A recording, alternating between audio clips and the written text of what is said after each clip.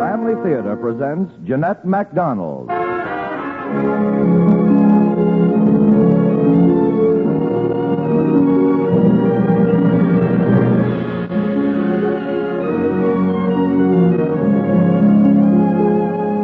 From Hollywood, the Mutual Network, in cooperation with Family Theater, presents Cass Wiggins' Rookie. And now, to introduce the drama, here is your hostess, Jeanette MacDonald.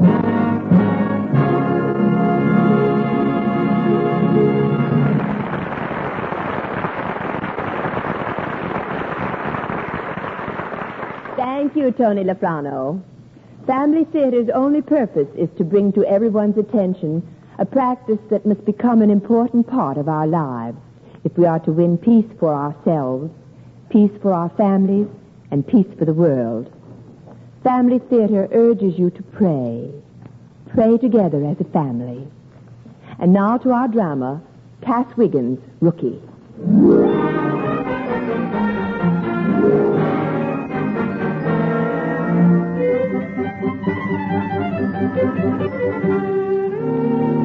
I'm known to all baseball fans as Wild Bill Wiley, and I'm the manager of the Hornets in the American League.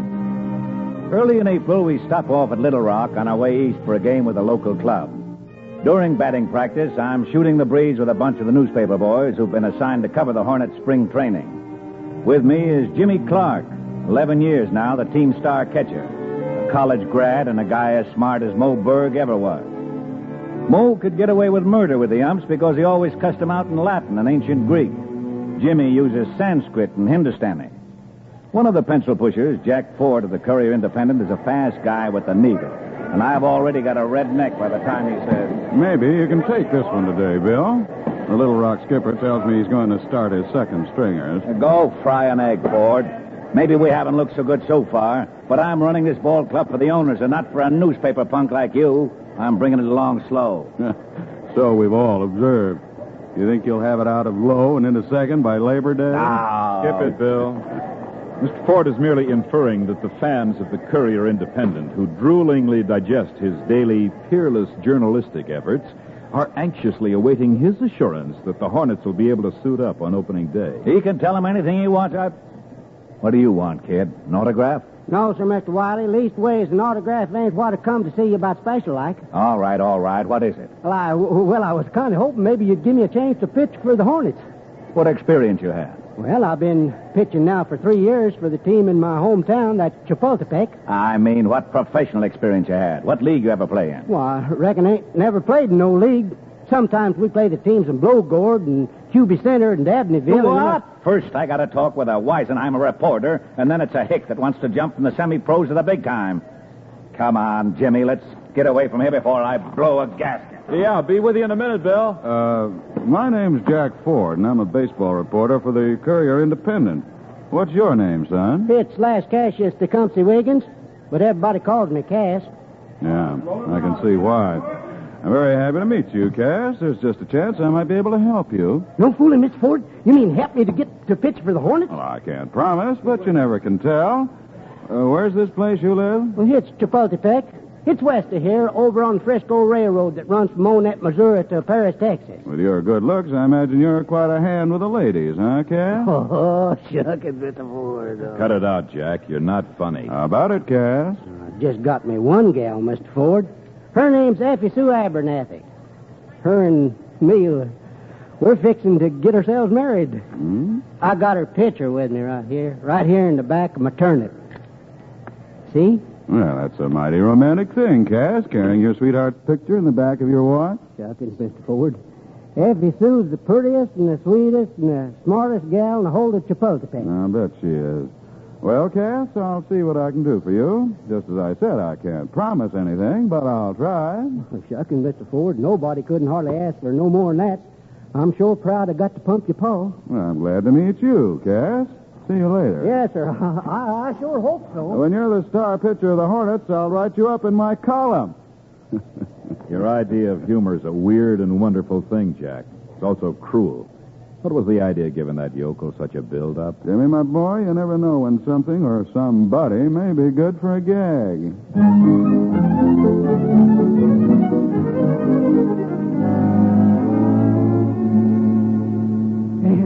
Jack Ford. He's the baseball reporter for the Courier Independent newspaper. Said he'd sure try to get me on the Hornets. Well, you don't reckon he was just a-funnin' with you, do you, Cass? Oh, shuckings, no, Effie Sue. Well, just the same, I'd feel better if Mr. Wiley let you show him how you can hit a knothole in a fence 18 times out of 20 with a baseball. Well, don't you fret yourself none, honey. That'll come later. When Mr. Ford gets through talking with Mr. Wiley, I'll bet a pewter dollar again the crack in a Chinese teacup the Hornets will be running after me to join up with them.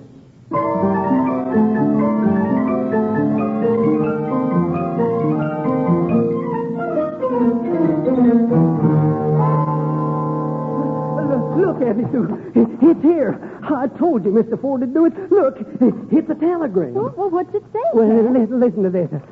Mr. Lashkasha, Tecumseh, Wiggins, Chapultepec, Arkansas. Please report to the Hornets at Briggs Stadium in Detroit at once. Salary open. We'll discuss it upon your arrival. Hurry, as we need you badly. Wild Bill Wiley, manager of the Hornets. Oh, ain't that wonderful? Well, I ain't for sure, Cass.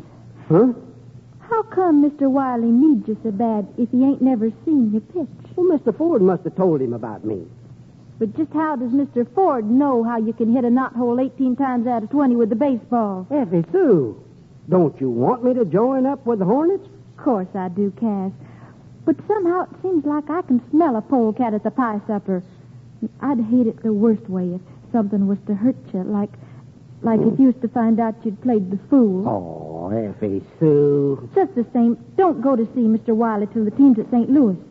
That way, the bus fare back to Chapultepec won't be so much if it comes out somebody's been putting the big britches on you.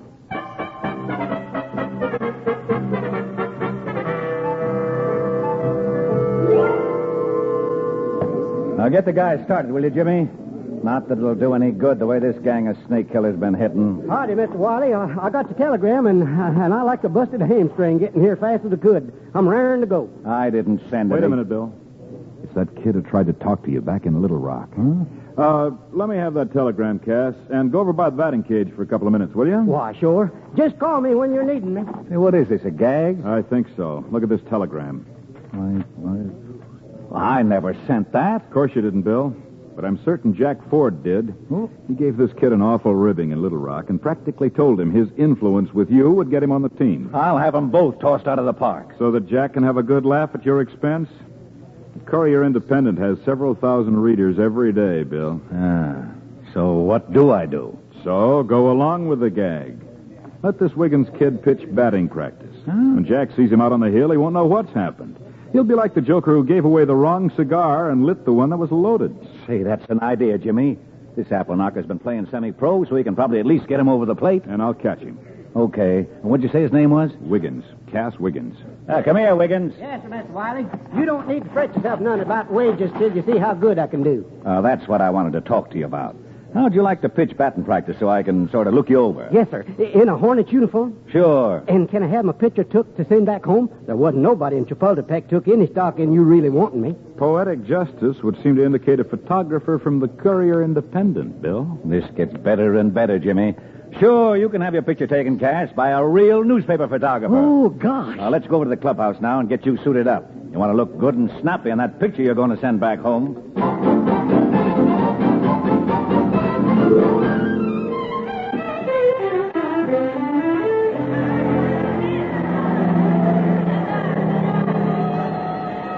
That's so, gang.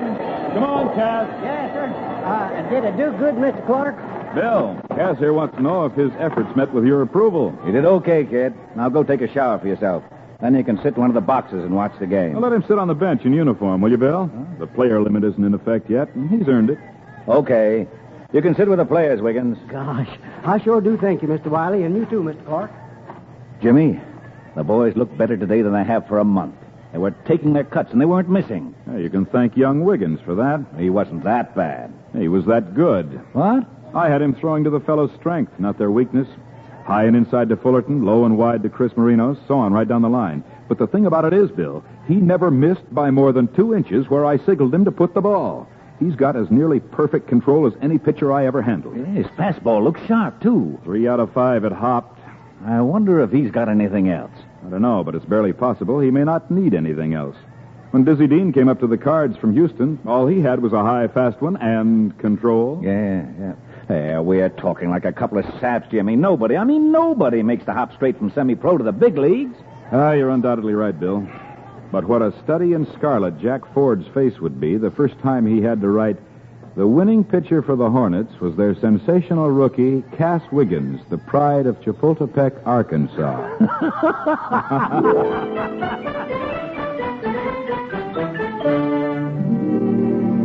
We won that afternoon. The sound of our bats against the horsehide was sweet music as the boys shook off their slump and combed Ned Garver and Tommy Byrne for 14 hits. The final score was 8-1 as Bill McIntyre held the Brownies to 5 singles.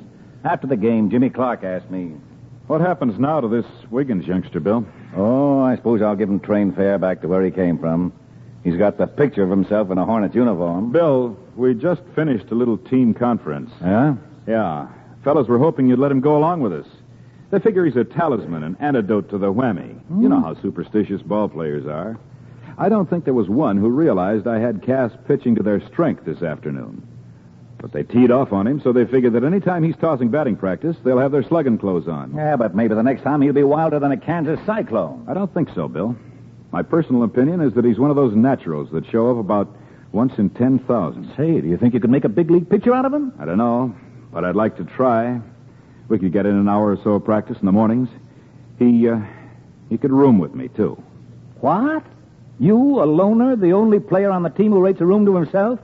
And you're willing to double up with an Ozark hillbilly who probably travels with nothing but an extra celluloid collar tucked in beside his guitar? Say, what is the honest dope behind all this, Jimmy? Well, all right. I don't like Jack Ford. In fact, I detest him. He's a common muscle-lined mammal of the genus Mephitis. Huh? Oh, that's a polite way of calling him a skunk. Oh. He unjustly needles you and the team in his column. The way he treated young Wiggins in Little Rock was a crying shame. I don't like wise guys or practical jokers, and I'd give $1,000 to see him get his hot foot in reverse in spades. That's all. That's enough. The kid stays with the Hornets, and he's all yours.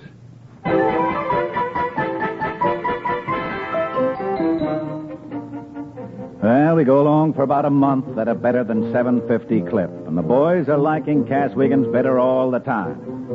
Jimmy Clark works with him every day, teaching him stuff it took Jimmy himself 11 years to learn. And then it happened. Victor Rico, my star lefty, comes up with his salary wings so sore he couldn't break a pane of glass. And we're going into Fenway Park for a 4-game series with the Red Sox. I'm tearing out what little hair I've got left when Jimmy Clark makes a suggestion. Bill, I can't guarantee it, but I'm almost sure that Cass is ready to go. Yeah, how's his hook? Improving a little. He's still no Tommy Bridges. What can I lose, Jimmy? 1 ball game. I'll never hear the last of it. He does the kite act.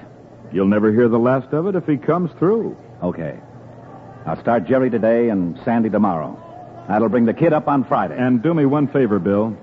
Don't tell him he's going to go until we get out to the park on Friday.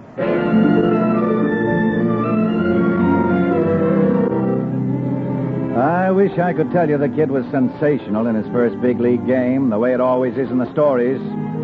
But no, he was in trouble from the first inning on, and nothing saved him except the way Jimmy Clark handled him. But we won 3-2. And that night in their hotel room after an early movie...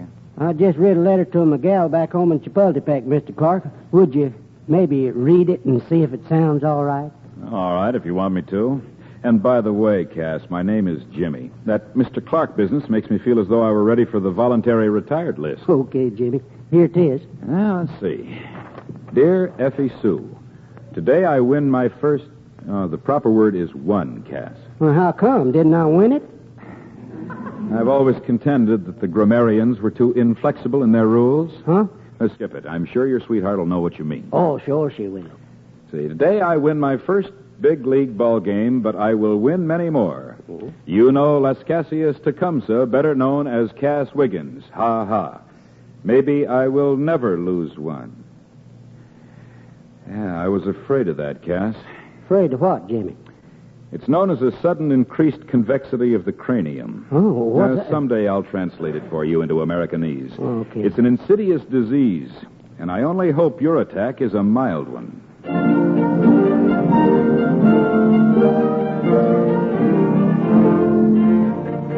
By the skin of his teeth and the help of Jimmy Clark, Cass wins 2 more close ones before we return home for a stand against the Western clubs. Most of the married fellas have apartments for their wives and families, but the single fellas usually stay in hotels and eat out. The first night we're back, the kid tries a beanery that's just around the corner from the Courier Independent building.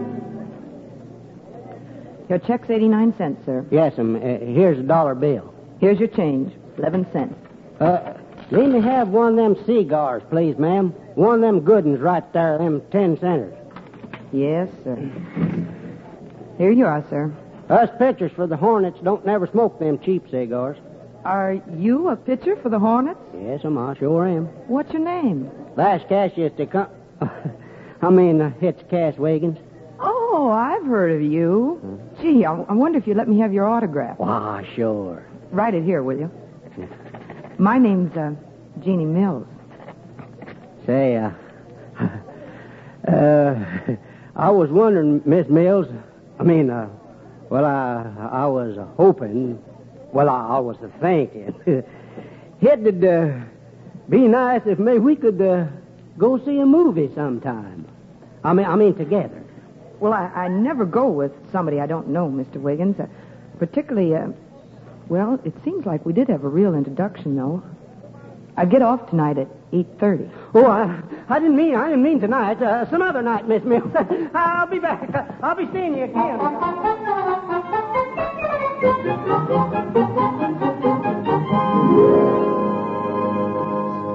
Jeannie? Good evening, Mr. Ford. Say, guess who was in here about half hour ago? Farley Granger? Nope. Well, then it must have been Gorgeous George. Nope. It was Cass Wiggins, that new pitcher for the Hornets. And he asked me for a date.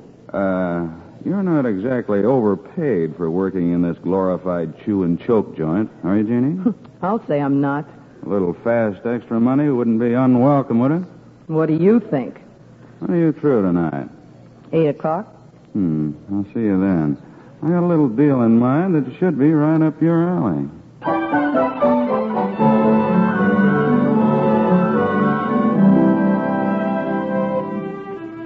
I start Cass against the Indians, and he's ahead 3-2 going into the 9th. Then, with Larry Doby on first, he feeds Big Luke Easter a gopher ball. So that's the final score. 4-3 favor Cleveland. After the boys have had their showers and dressed. Cass, you threw a high hard one to Easter when I signaled for a low outside pitch. It didn't get away from you, did it? No, sir. It didn't. You deliberately crossed me, didn't you? Yes, sir. Why did you do it? It lost us the ball game. Jeannie says the pitcher ought to know better than the catcher what to throw. Oh? Who's Jeannie? Jeannie Mills. Who's Jeannie Mills? She's the cashier at the Elite Cafe where I go to eat most times. Where's the Elite Cafe? It's on Flower Street, right near 8th. Do you think now that this Jeannie Mills is right? That you know better than I what a batter can and can't hit? No, sir. Not now. I don't reckon I do. Well, then we'll forget it this time. If Wild Bill knew about it, he'd fine you a month's pay. And remember this, Cass. A pitcher never crosses the man behind the plate. If he does, he's liable to tear his catcher's arm off at the elbow. Yes, sir. I'll remember. I got to tell you something, Jimmy. Jeannie and me, we're fixing to get ourselves married. There's something vaguely familiar in that statement, Cass. Could it be an echo? Oh, shuckins, Jimmy, don't rawhide me. Effie Sue was all right back in Chapultepec. But not in the city? No, sir. It ain't exactly that. Then what is it? Why? No, don't answer me, Cass. I already know. Your cranial convexity is still increasing by leaps and bounds. Huh?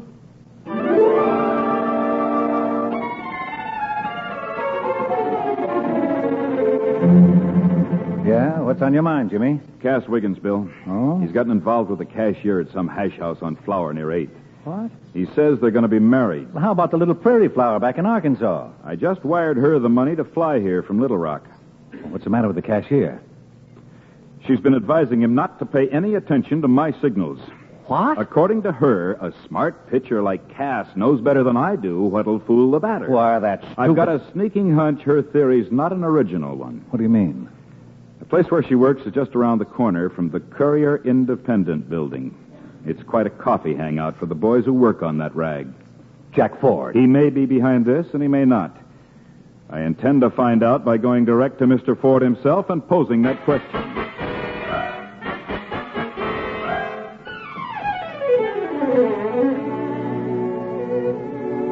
You're probably wondering why I sent for you, Miss Abernathy. Just call me Effie Sue, Mr. Clark. All right, Effie Sue.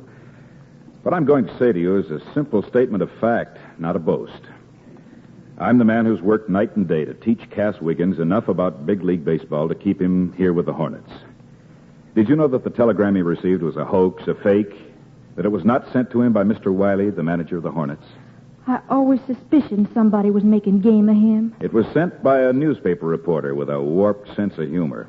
I talked to this man earlier this evening, and he admitted it under slight pressure. Was his name Mr. Jack Ford? It was. I figured it'd be. Cass bragged him up so big when he come back from Little Rock, but he sure done Cass a big favor sending for him like he done. He did and he didn't, Effie Sue. If Mr. Wiley had sent Cass back home, which would have happened 990 times out of 1,000, the lad would have been the laughing stock at Chapultepec. As it was, we planned to keep him for one day and let him pitch batting practice, just to turn the tables on Jack Ford. Then my Cass ain't a good pitcher? He wasn't. He can be a great one. As a cashier in a restaurant where Cass often eats, Jack Ford knows her, and he bribed her to lead Cass on. She's been getting Cass to do things that'll ruin him as a ball player. And what's more, Cass tells me they're going to be married. What's her name and where she live? Why, I'll sue her for alienation of infections. Now, wait a minute, Effie Sue. Just a minute. You'd have to actually be married to Cass to make that charge stand up. Yeah, but I could scare her out of a year's growth. Just supposing she was to think I was Mrs. Cass Wiggins. How could you do that, Effie Sue? Well, it'd make Cass look almighty low down. But according to your own tell, he wouldn't be no lower'n her. I can do it, Mr. Clark. And I can do it without telling a single solitary untruth.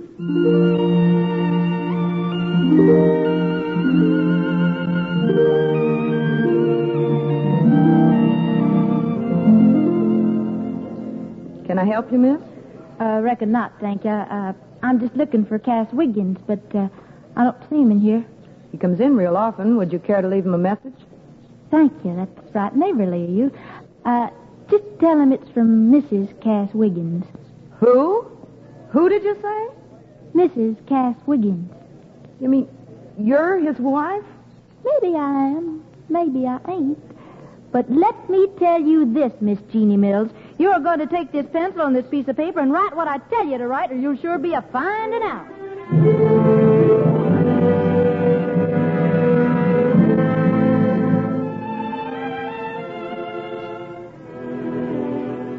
Mr. Cass Wiggins, dear sir, I have found you out for what you are. Please never let me see you again. Yours truly, Miss Jeannie Mills. Oh, this is perfect, Effie Sue, but I still don't see how you got it. Well, I didn't tell a single solitary untruth, Mr. Clark. I sure would have, though, if Cass's pa weren't named Las Cassius the same as him. So, his ma's rightly Mrs. Cass Wiggins. All right. Now, here's what we'll do. He'll pitch against Detroit day after tomorrow. You stay here till I come for you. I'll give Cass this note while we're suiting up. When he comes out to warm up, he'll see you sitting in the first row of the boxes right behind the Hornets' dugout.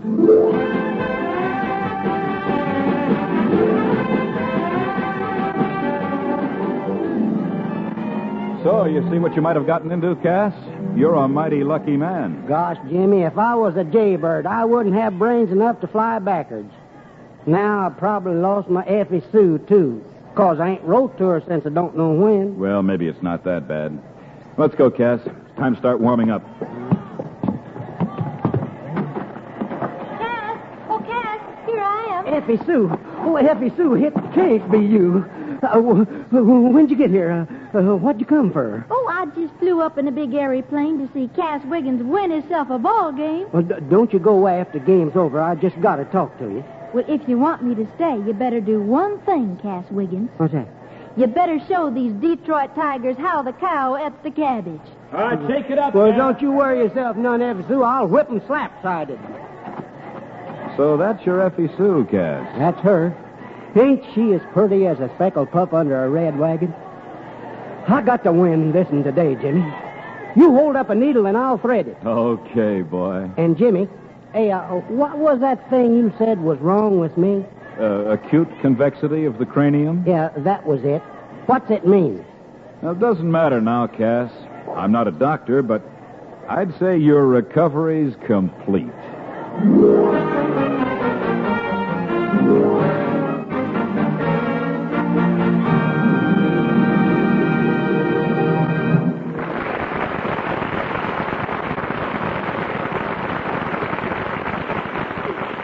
And now, ladies and gentlemen, here once again is Jeanette MacDonald. Thank you, Tony Lafrano. Tonight, I'd like to take just a minute to offer my congratulations to Family Theater. It has been just recently announced that Family Theater has been made recipient of the coveted John Lester Award as radio's foremost dramatic series for the season 1951 and 1952. In making this award, Mr. Lester based his selection upon the high moral tone, wholesomeness, and superior entertainment value of the dramatic vehicles selected for broadcast, as well as for the excellence of the performances of the cast. And so, to the Mutual Broadcasting System, which makes these programs possible, and to the Family Theater staff, its producer, its director, its musicians, and its technicians, I would like to extend my heartiest congratulations as a representative of the many stars of stage, screen, and radio who have appeared on the program to help advance the cause of family unity through family prayer. You know, when we think of family prayer, we quite properly visualize mothers, fathers, and children gathered in their homes, saying their prayers together in peace and harmony. When this is done, it brings a beautiful and rewarding experience to each day. Thousands of families in our country are restoring the old, time-tested custom of actually gathering together in prayer. Of course, we have to remember that many of our families are or will be scattered. But the important thing to remember is that, though separated, we need never grow apart. We need never have that sense of feeling alone in the world. There is a way to preserve the great value of family unity. Prayer can bring all of us together at some time each day. It will maintain the unity that comes from God's protection of families that speak their faith in Him through simple and humble prayer. Though we be at opposite ends of the earth, we're united. And in this great and vital way, the family that prays together stays together. More things are wrought by prayer than this world dreams of.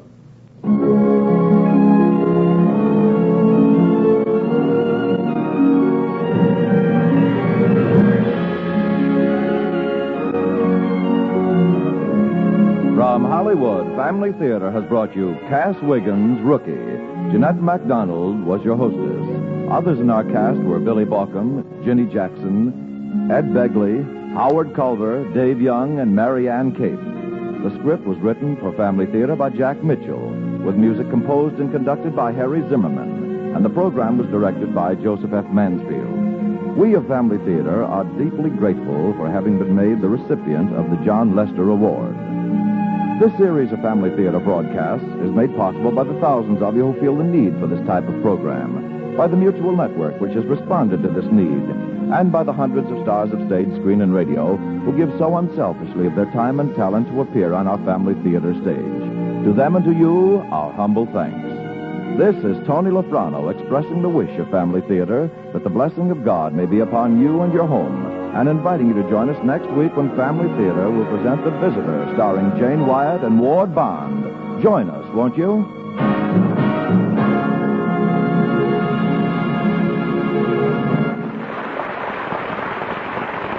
Family Theater is broadcast throughout the world and originates in the Hollywood studios of the world's largest network. This is the Mutual Broadcasting System.